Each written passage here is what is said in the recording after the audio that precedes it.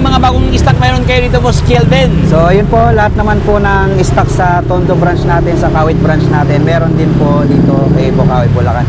At ang maganda po niyan, ngayon pong grand opening po natin, dinagdagan natin yung giveaways po. At the same time, yung presyo po hindi nagbago, no? Ayun, no? So baka isipin po ng mga client natin, customers natin, porque nasa Bulacan na tayo, magtataas tayo na presyo. Hindi po, ngayon pong grand opening po, unang buwan po, samantalayin na natin mag-avail, no? Dahil magugulat talaga tayo sa presyo compare po sa mga competitor nating katabi po dito. Yeah, so maganda po dito, available sa atin si credit card installment, home credit installment po. Sa mga ayaw pa mag-cash, no, pag gagamitan ng kanilang mga pera, no, so available po sa atin ang installment po.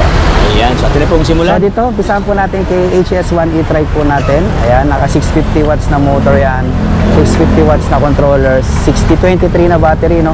Dito in-upgrade na natin kagad, no, from